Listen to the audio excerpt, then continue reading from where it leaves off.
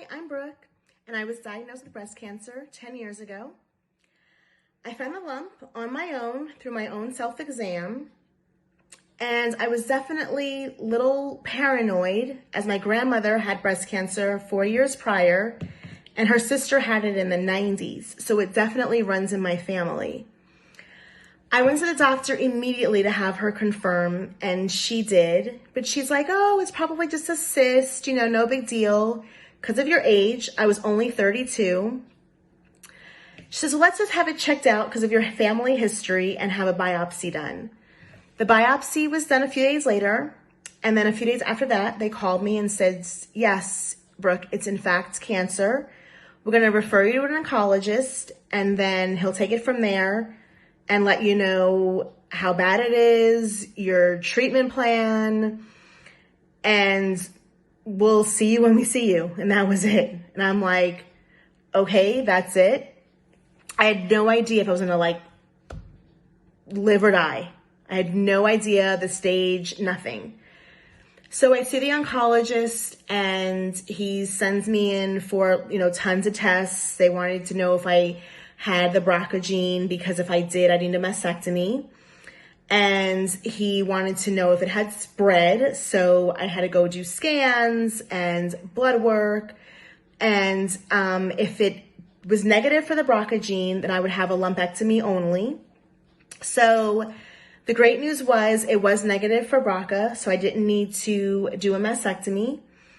I had a lumpectomy done about a week after the diagnosis, following 3 months of chemo. So it was 6 treatments once every 3 weeks, and then 35 treatments of radiation after the chemo.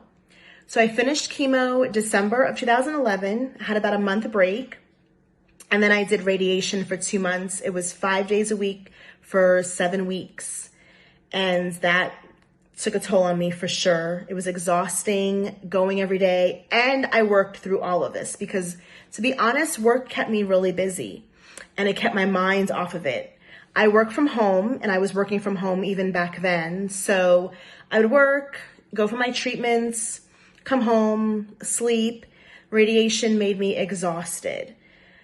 So I was done with radiation. I did all my 35 treatments, never missed one. I was done March 2012, and I went out with a bang. I celebrated. I never looked back. And here it is 10 years later. I am cancer-free. It has not returned, which they said in the beginning that my cancer was very aggressive. And it was triple negative. It was not hormone related. So there was nothing I could really do or take after my treatments. So with the triple negative, if it were to come back, it would be back within 3 years. And so those 3 years, I was paranoid every day.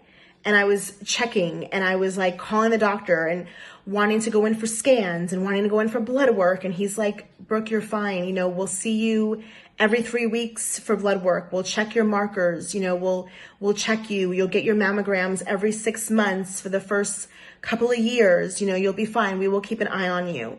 But I was so paranoid and I was so scared. And I honestly did not think I was going to see my 40th birthday.